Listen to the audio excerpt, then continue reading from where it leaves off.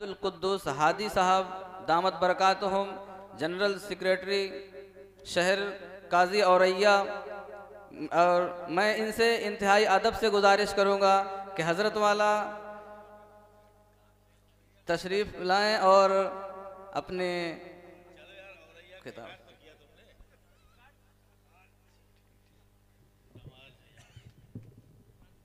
माजरत का हूँ, मैं हज़रत का सही तारुफ न करा सका, चूँकि बड़ों की मजलिस है, इसलिए मैं खुद नर्वस हो जाता हूँ कभी कभी।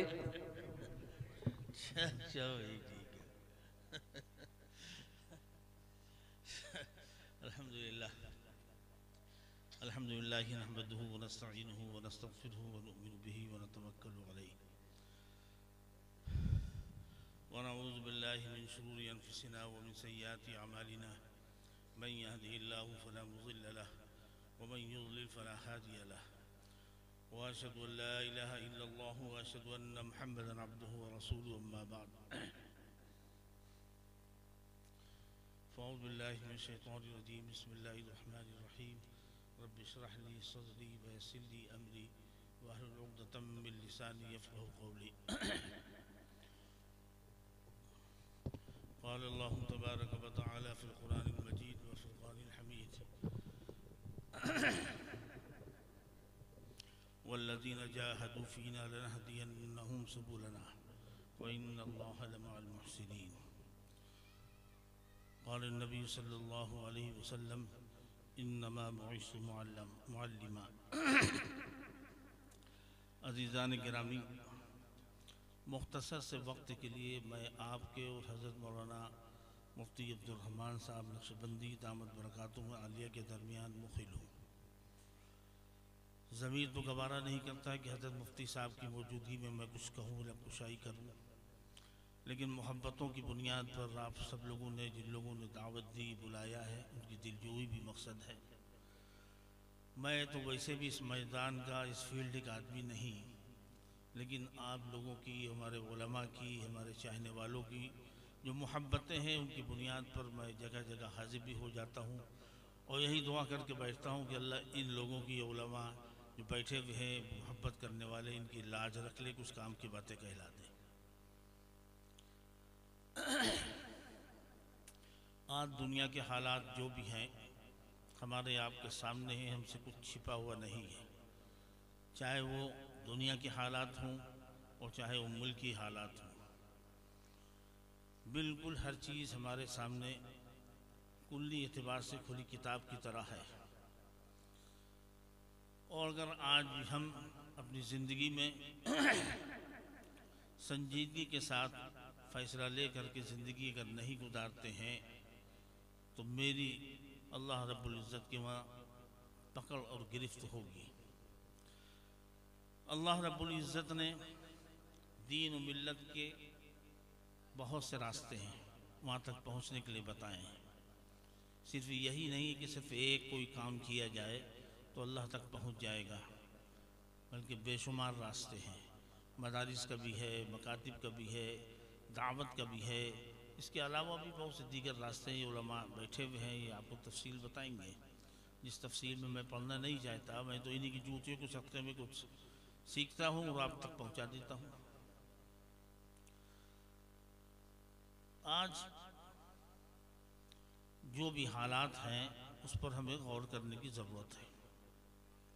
अल्लाह रब्बुल इज़्ज़त ने हमारे आपके सामने इतने बच्चों की दस्तार की बंदी हुई है और ये बच्चे जो हाफिज़ कुरान हुए हैं, कल क़यामत के दिन जब अल्लाह रब्बुल इज़्ज़त फरमाएगा कि बच्चों कुरान सुनाओ, किसी दुनिया की ताकतवर से नहीं कहेगा, किसी दौलतमंद से नहीं कहेगा, कोई शोहरत याफ्ता से नहीं कहेगा, जिसके पास सियासी शोहरतें हैं उनसे नहीं कहेगा। कोई दुनिया की दौलत वहाँ काम नहीं आएगी। किससे कहा जाएगा? हाफिज़ कुरान से कहा जाएगा। कौन कहेगा? अल्लाह। बच्चों कुरान सुनाओ। बच्चे कुरान सुनाएंगे, उनके दर्जात बुलंद होते जाएंगे, उनके साथ साथ उनकी माँ और बाप के भी दर्जात बुलंद होंगे। मेहनत लड़के ने की है, मार लाठी डंडा लड़के ने खाया है, रात दिन कुर्बानी दे करके बच्चा हाफिज हुआ है। मौलवी साहब की मार खाता रहा, फजर से पहले घंटा 2 घंटा पहले उठाया जाता रहा। रात दिन उसने मेहनत और मशक्क़त की और उसके बाद साथ साथ इस बच्चे के तो दर्जात बुलंद होंगे ही, लेकिन इसके साथ साथ उनके माँ बाप के भी दर्जात बुलंद होंगे। ये अल्लाह रब्बुल इज़्ज़त ने मकाम दिया है, ये हैसियत दी है इस हाफिज़ कुरान को, जिसका कुरान खुदा क़यामत में सुनेगा और बच्चों को हुक्म होगा कि कुरान पढ़ो, इक़रा वर्तक़ी वरत्तिल इला आखिर।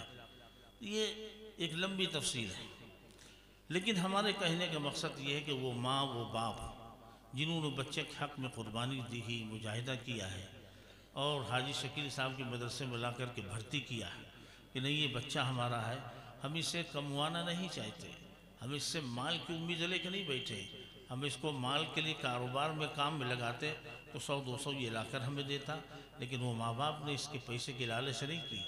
चाहते तो हिंदी अंग्रेज़ी की तालीम देते, किसी इंग्लिश मीडियम में भर्ती करते और उसको दुनिया की तालीम देते और उसको आगे बढ़ाने की कोशिश करते दुनियावी एतबार से, लेकिन उन्होंने तमाम चीज़ों से बचाकर, तमाम तालीम से, रुपए से, पैसे से, सब चीज़ से बचाकर और हाजी शकील साहब को मदरसे में ला करके दे दिया कि साहब इसको हाफिज़ बना दीजिए। ये इस कुर्बानी का नतीजा उनको उस दिन मिलेगा जो अल्लाह रब्बुल इज़्ज़त उनके दर्जात को बुलंद फरमाएंगे और सर पे ताज भी पहनाएंगे और ताज्जुब और अशश करेंगे लोग कि आखिर ये कौन लोग हैं इनके सरों पर ताज पहनाया गया है। चुनांचे जो ताज पहनाया जाएगा उस पर लोग मुतहय्यर होंगे, लोग समझेंगे बनी इसराइल के अनबिया हैं, लेकिन ऐसा नहीं, मालूम करने पे पता चलेगा ये हाफिज़ कुरान के वालिदैन हैं। ये कोई मामूली बात नहीं है, ये कोई मामूली मकाम नहीं, मामूली हैसियत नहीं। आज हमने और आपने ये समझ लिया है कि मुख्तसर सी आमदनी हाफिज़ कुरान की होती है, मस्जिद का रहता है, मदरसे का रहता है, कहीं का नहीं हो पाता, तो अल्लाह रब्बुल इज़्ज़त ने उसके मकाम को बयान किया। अल्लाह नबी पाक सल्लल्लाहु अलैहि वसल्लम ने उसके मकाम को बयान किया, खैरुकुम मन तअल्लमल कुरान व अल्लमा। तो मैं सबसे बेहतर आला अफजल वो शख्स है जो कुरान को सीखे और सिखाए, इनसे आला और अफजल कोई नहीं दुनिया के अंदर, सबसे ऊंचा मकाम इनका है, आला मकाम। आज जो हम इनकी आमदनियों को देखें तो आप देखिए कि जो टीचर लाखों रुपए महीना पैदा करते हैं, वो हाफिज़ कुरान, क़ारी कुरान, आलिम कुरान जो मदारिस से जुड़े हुए हैं, पढ़ा रहे हैं, उनसे अच्छा पहनते हैं, उनसे अच्छा खाते हैं, उनसे अच्छी ज़िंदगी गुजार रहे हैं और पुरसुकून ज़िंदगी गुजार रहे हैं। ये इस कुरान की बरकत है। हाफिज़ कुरान अगर वाकई कुरान का हक़ अदा कर रहा है और कुरान पर ज़िंदगी गुजार रहा है, कुरान को पढ़ रहा है, तो उस पर अमल कर रहा है, तो अल्लाह की नुसरत और मदद भी होती है। ये कुरान अल्लाह की किताब है, इसको छूना, इसको पढ़ना, इसको देखना, इस पर अमल करना, सारी की सारी इबादतें हैं। ये तो अल्लाह रब्बुल इज़्ज़त का करम एहसान है कि अल्लाह रब्बुल इज़्ज़त ने इतनी इस कदर की नेकियां दी हमको कि उसको छूना भी, उसको देखना भी, उसकी इबादत भी हमारे लिए कार सवाब है। हत्ता कि एक वाक़या किताबों में मैंने पढ़ा कि एक शख्स था, बिल्कुल जाहिल था, गंवार था, कुरान पढ़ा लिखा नहीं था और उसका इंतकाल हो गया। तो एक वक्त के जो आलिम दीन थे, उन्होंने एक ख्वाब देखा कि वो शख्स जन्नत की सैर कर रहा है। तो जाहिल था, गंवार था, बूढ़ा था, इसको नमाज भी पढ़नी ठीक से नहीं आती थी, ना ठीक से खड़ा हो पाता था, सीधे पैर रखने के टेढ़े टेढ़े पैर रहते थे। तो बड़ा ताज्जुब हुआ मुझे कि ये आदमी जो है वो जन्नत की सैर कर रहा है, मुझे हैरत हो रही है। तो बहरहाल जा कर के उसकी तहकीक और तफ्तीश की, वो मालूमात और जानकारी की, तो मालूम ये हुआ उसके घर पर कि ये हाँ कुरान पढ़ा तो नहीं था, लेकिन रोज़ाना सुबह कुरान करीम को खोल के बैठता था, उसकी लाइन पर, लकीरों पर उंगली फेरता जाता था और ये कहता जाता था कि अल्लाह तूने सच कहा, अल्लाह तूने सच कहा, अल्लाह तूने सच कहा, यही कहता था, उंगली फेरता रहता था। अल्लाह रब्बुल इज़्ज़त ने उसकी भी मग़फ़िरत फरमा दी इस कुरान की बरकत से। ये कुरान ऐसी चीज़ है, ये अल्लाह का कलाम है। अभी इसकी तफसील हज़रत मुफ्ती साहब दामत बरकातुहूम आएंगे, आपके सामने बयान करेंगे। मैं तो मुख्तसर से वक्त के लिए बैठा हूँ ताकि अपना फ़र्ज़ पूरा कर लूँ और चला जाऊँ। इस कुरान को अगर हम मजबूती से पकड़ लें तो दुनिया में मेरी हिफाजत हो सकती है। और यही नहीं, हमने अभी जो कुरान की आयत पढ़ी तो उससे तो तमाम मदारिस, मकातीब, दावत व तबलीग और दीगर तमाम रास्ते अल्लाह ने इसे खोले हैं जो जन्नत को जा रहे हैं, अल्लाह के रास्ते को पहुंचा रहे हैं। इसमें हिदायत देने का वादा अल्लाह रब्बुल इज़्ज़त ने किया है। वो कामयाबी के रास्ते हैं, अगर हम उनको पकड़ते हैं तो हमारे लिए तमाम कामयाबी के रास्ते खुलते हैं।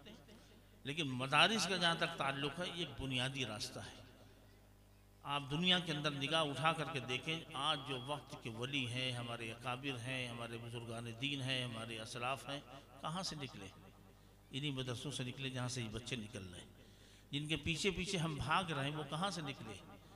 उनको नवाजिशात कहाँ से मिली?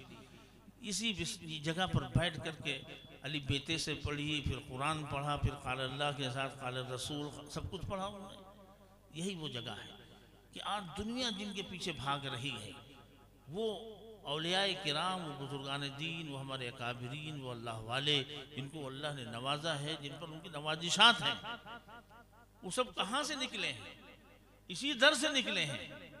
अगर हम हकीकी एतबार से अगर हम इस पर अमल पैरा हों और इसका जो हक है उसको अदा करने वाले बने तो हम तो बहुत आगे जा सकते हैं। दुनिया की कोई ताकत हमको रोक नहीं पाएगी इंशाअल्लाह। और फिर जब तक कुरान मुक़द्दस है, मदारिस हैं, मकातिब हैं, इस्लाम के मराकिज़ हैं, याद रखिए दुनिया में जब तक ये चीज़ें बरकरार हैं तो दुनिया उस वक्त तक कायम रहेगी। दुनिया उस वक्त तक कायम रहेगी। इनका कोई कुछ नहीं कर पाएगा इंशाअल्लाह, इसलिए कि इसके पीछे अल्लाह इनका मुहाफिज है। अल्लाह रब्बुल इज़्ज़त इनकी हिफाजत कर रहा है। जैसे कुरान की हिफाजत का वादा वैसे ही नहीं। जो बच्चे हाफिज कुरान की हुए उनकी हिफाजत का वादा, ऐसे ही वो मदारिस, वो मकाती, वो दीनी इस्लामी मराकिज़ जो बने हैं उनकी भी हिफाजत का वादा अल्लाह ने किया है। दुनिया अपने जहनों से ये निकाल दे कि हम जो है इन मदरसों को तबाह और बर्बाद और नेस्तनाबूद कर लेंगे, कुछ नहीं होगा इंशाअल्लाह। दारुल उलूम देवबंद जिस वक्त कायम हुआ उस वक्त अंग्रेज़ों से टक्कर चल रही थी और अंग्रेज़ों ने कौन सी कोशिश नहीं की उस मदरसे को तबाह और बर्बाद करने के लिए। हर मुमकिन जद्दोजहद तो कोशिश की कि ये मदरसा ख़त्म हो जाए। वो ख़त्म हो गए मगर दारुल उलूम आज भी बरकरार है अल्हम्दुलिल्लाह। और याद रखना ये इंशाअल्लाह क़यामत तक बरकरार रहेगा। दुनिया की कोई ताकत उसका कुछ भी नहीं कर पाएगी इंशाअल्लाह। याद रखिएगा इस बात को। इसलिए इनको तबाह करने वाले खुद तबाह होते हैं, खुद अपनी मौत मरते हैं, खुद बर्बाद होते हैं, कहीं के नहीं रहते। इसलिए इनकी तरफ अच्छी निगाह रखो, आप इनसे मोहब्बत करो, इनसे ताल्लुक़ कायम करो, इनसे मोहब्बत पैदा करो, इनको अच्छी निगाह से देखो, इनकी खिदमत करो और जो भी कुछ हो सके अच्छा से अच्छा हुस्न ज़न इनके साथ रखो और जो भी कुछ हो सके उसको करो। लेकिन इनको बुरी निगाह से मत देखो, क्योंकि ये अल्लाह का इंतखाब है। हाफिज़, कारी, आलिम वो होता है जिसको अल्लाह मुंतखब करता है। अगर आप उस आलिम पर, उस कारी पर, उस हाफिज़ पर उंगली उठा रहे हो तो उस पर नहीं उठ रही है, बल्कि वो जो अल्लाह का इंतखाब है उस पर उंगली उठ रही है। गोया नौज़ बिल्लाह आपने अल्लाह के ऊपर उंगली उठाई है। कमियां तो हर एक में हो सकती हैं लेकिन उंगली उठाने के लिए नहीं। ये तरीक़ा शरीयत के मुनाफी है, बिल्कुल गलत है, ये शरई एतबार से दुरुस्त नहीं। हमारा काम है जो हमें दिया गया वो करना, हमें मोहब्बत करनी है, ताल्लुक़ कायम करना है, मोहब्बत पैदा करनी है। हज़रत मौलाना कासिम नानोतवी रहमतुल्लाह अलैह किताबों में पढ़ा है कि लिखा है कि जिस वक्त जो है वो मदरसा दारुल उलूम की बुनियाद नहीं पड़ी तो उससे पहले उन्होंने ख्वाब देखा था कि हम खाने काबा की छत पर हैं और वहाँ से जो है वो नूर की बारिश हो रही और वहाँ से वो नूर बांट रहे हैं, जैसे वाक़यात में लिखा हुआ है। तो बहरहाल बाद में लोगों ने बताया कि उसका मतलब ये है कि इस बंदे से अल्लाह ऐसा काम लेगा कि पूरी दुनिया इससे मुस्तफ़ीद होगी और आज तक मुस्तफ़ीद हो रही है दारुल उलूम देवबंद से। मौलाना कासिम नानोतवी रहमतुल्लाह अलैह ने ख्वाब में देखा था। तो मैं कहने का मकसद है इखलास और लिल्लाहियत के साथ काम करने की ज़रूरत है। डरने की ज़रूरत नहीं, परेशान होने की ज़रूरत नहीं। अल्लाह के दामन को मजबूती से थामने की ज़रूरत है। अगर हम अल्लाह के दामन को मजबूती से थाम लेंगे तो हमारा फिर कोई कुछ नहीं बिगाड़ पाएगा इंशाअल्लाह। लेकिन अगर जो हालात इस वक्त हमारे और आपके चल रहे हैं, एक दूसरे की टोपी उछालना, एक दूसरे की टांग खींचना, एक दूसरे पे भरोसा न करना, एक दूसरे से एतमाद न करना, एक दूसरे के पीछे पड़ जाना, एक दूसरे की गीबत करना, ये वो चीज़ें हैं जो हमारे बर्बादी के रास्ते पर हमें ले जा रही हैं। अगर ये हालात यही रहे और तब्दीली नहीं आई तो फिर वो वक्त करीब है कि जो कुछ भी हो सकता है। 47 से पहले का एक वाक़या मैं कभी कभी अक्सर सुना देता हूँ कि उस वक्त जब यहाँ से लोग पाकिस्तान जा रहे थे और पाकिस्तान से इधर आ रहे थे तो पूरी ट्रेनें लोग जो है वो काट काट के लोगों को फेंक दिया करते थे, रास्ते से सब माल को लूट लिया करते थे। तो एक लंबा तफसीली वाक़या है।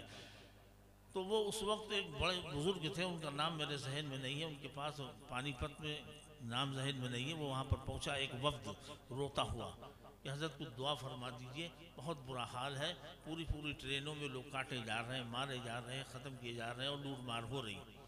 तो वो कश्फ वाले थे, अल्लाह रब्बुल इज़्ज़त उनको इंकिशाफ करता था, उनको कश्फ हो जाता था। तो वो गर्दन उठाई उन्होंने और देखा, कहने लगा ऐसा कुछ नहीं जैसा तुम कह रहे हो। और वो लोग रोते रहे, आधा घंटा गुजर गया।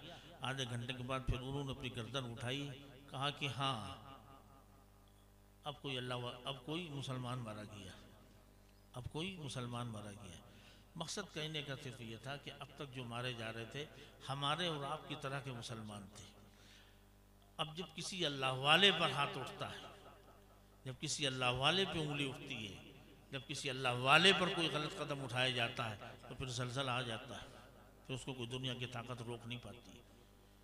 तो अगर हम वो मुसलमान बन जाएं जो अल्लाह रब्बुल इज़्ज़त को दरकार है, जो जनाब मोहम्मद रसूलुल्लाह सल्लल्लाहु अलैहि वसल्लम को जिसलिए भेजा गया था तालीम देने के लिए, जिसकी दावत के लिए भेजा गया था, अगर हम वो असली मुसलमान बन जाएं तो आज भी हम कुछ नहीं हो सकता।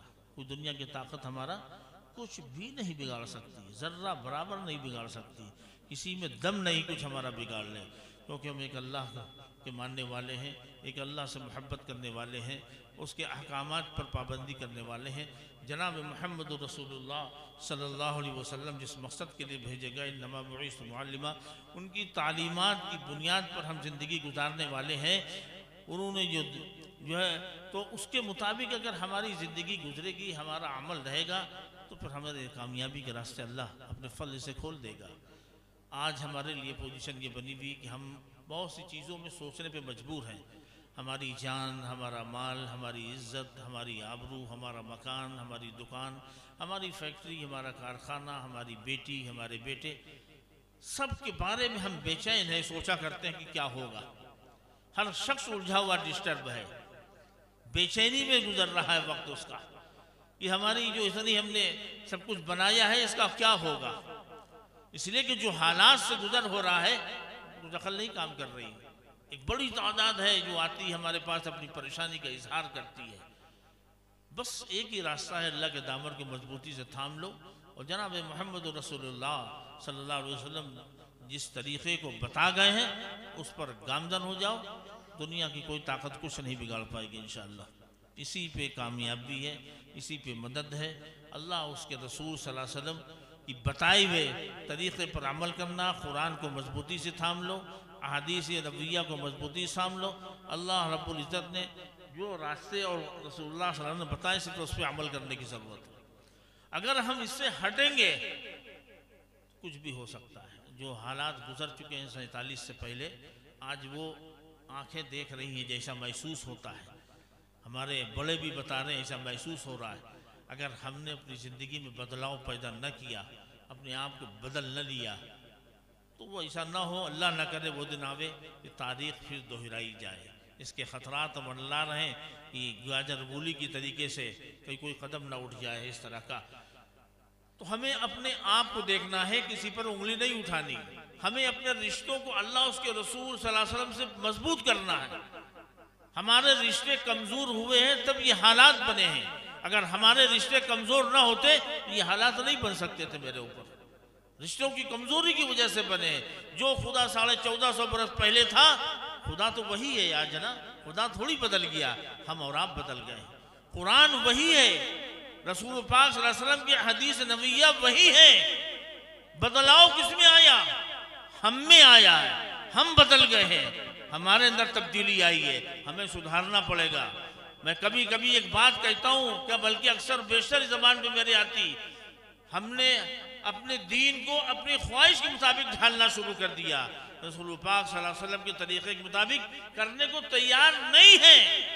अल्लाह के रसूल सल्लल्लाहु अलैहि वसल्लम की 11 शादियां हैं। किसी भी शादी में जहेज, किसी भी शादी में बारात साबित हो तो कोई बताए। अल्लाह के रसूल सल्लल्लाहु अलैहि वसल्लम की 4 बेटियां हैं। किसी भी शादी में जहेज और बारात हो तो बताओ। और आप किस मजहब पर चल रहे हैं, कौन सा तरीका अपना रखा है? हमारा मजहब कुछ बता रहा है, हमारा अमल कुछ बता रहा है। कौन अल्लाह के रसूल सल्लल्लाहु अलैहि वसल्लम तरीके के मुताबिक काम कर रहा है? कौन अपनी बेटी बेटों की शादियां कर रहा है उस तरीके के मुताबिक? अपने ख्वाहिशात को हम तरजीह दे रहे हैं, इसीलिए ये हालात हमारे आज बन गए। सहाबा किराम रिज़वानुल्लाह अलैहिम अजमईन इस पर अमल करते थे, उनके साथ अल्लाह की नुसरत होती थी। एक सहाबी हाजिर हुए अल्लाह के रसूल सल्लल्लाहु अलैहि वसल्लम की खिदमत में। अल्लाह के रसूल सल्लल्लाहु अलैहि वसल्लम फरमाया, ए फला, कल तुम कहाँ थे, दिखे नहीं? फरमाया, अल्लाह के रसूल सल्लल्लाहु अलैहि वसल्लम, कल हमारा निकाह था। हुजूर को भी खबर नहीं।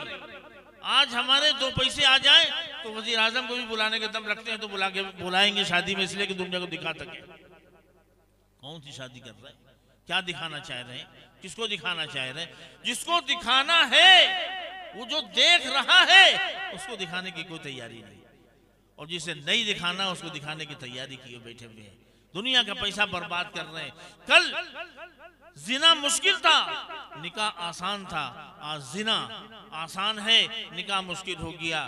आज सबसे बड़ा मसला हमारे लिए ये पैदा हो गया कि आज जो है सबसे बड़ी चीज ये कि हमारी इज्जतें महफूज नहीं। हमारी बेटियां, हमारे बेटे, अब हम उस तफसीर में क्या जावे, क्योंकि मैं शहर काजू, मेरे सामने रोज 10-5 मसाइल आते हैं। वो हालात से गुजर हो रहा है, माशरे में इस तरीके से गंदगी बढ़ गई है कि जिसको जबान में लाने की हिम्मत नहीं पड़ती। आज वो हालात बनते चले जा रहे हैं माशरे के। इतना माशरा गंदा हो गया, इस कदर की गंदगी माशरे में आ गई कि जो है वो अभी तौहीद साहब उसकी तरफ इशारा करके गए हैं। खाला जात, मामू जात, ये जात, वो जात, और पड़ोसी ये वो, कोई किसी से बचा नहीं है, कोई महफूज नहीं है। आज क्या हो गया है? हम कहां चले गए हैं? किस रुख पर चले गए? अगर हमने अपने आप को न बदला तो हमारा हशर भी ठीक नहीं होगा। अल्लाह एक, रसूल एक, हदीस एक, कुरान एक, और जो हमारी मददें हुआ करती थी, आज वही अल्लाह जो कल हालात को बनाए हुए था, आज ये हालात बिगड़े हैं। तो नौज़ बिल्लाह अल्लाह तो बदल नहीं किया, क्यों बिगड़े? तो हमें तो अपना मुहासबा करना पड़ेगा। क्या तब्दीली आई, क्या वजूहात आई? हर शख्स यहाँ से उठने से पहले ये तय करके जाए कि आज से हम फ़राइज़ वाजिबात तो हमारे लिए फ़राइज़ वाजिबात का दर्जा रखते ही सुन्नतों के मुताबिक हम ज़िंदगी गुजारेंगे इंशाअल्लाह। हर शख्स ये अहद करके यहाँ से उठे करेंगे भाई इंशाअल्लाह।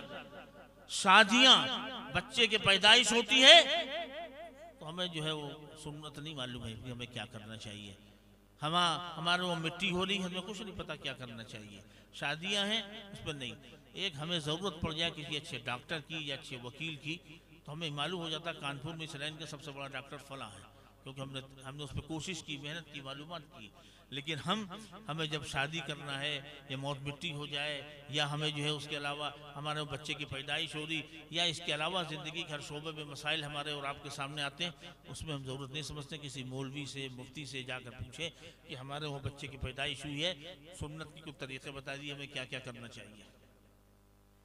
जो पुरानी रस्म रिवाज चली आ रही है हमारे घर में, हम उस पर अमल कर रहे हैं, वही शादी में करते हैं। एक सुन्नत निकाह, बहुत से लोगों को समझाते हड़ गए तो मस्जिद में निकाह पढ़वा लेते हैं, बाकी सारे वही कर्म होते हैं जो करना चाहते हैं वो कर रहे हैं। तो भाई एक सुन्नत निकाह की मस्जिद में पढ़वा लिया, उसके बाद सारे वही काम कर रहे हैं बैठ करके, जो नहीं करना चाहिए। क्या फ़ायदा? खिलवाड़ बना के रख दिया दीन को, मजाक बना दिया हमने दीन को। हम क्या मैसेज देने दूसरों को, दुनिया को? आज हम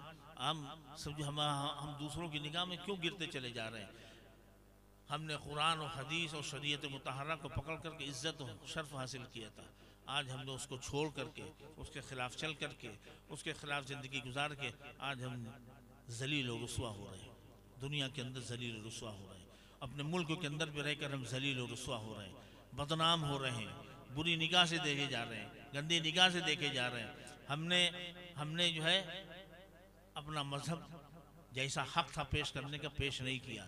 एक साहब जो थे लाइब्रेरी में गए, उन्होंने कहा कि साहब मुझे कुरान दे दीजिए।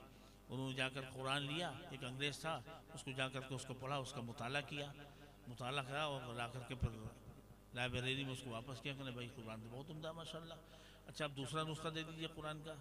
तो लाइब्रेरी वाले ने कहा कि भैया इसका नुस्खा एक ही होता है, दूसरा नुस्खा नहीं है मौजूद, एक नुस्खा था मैंने आपको दे दिया।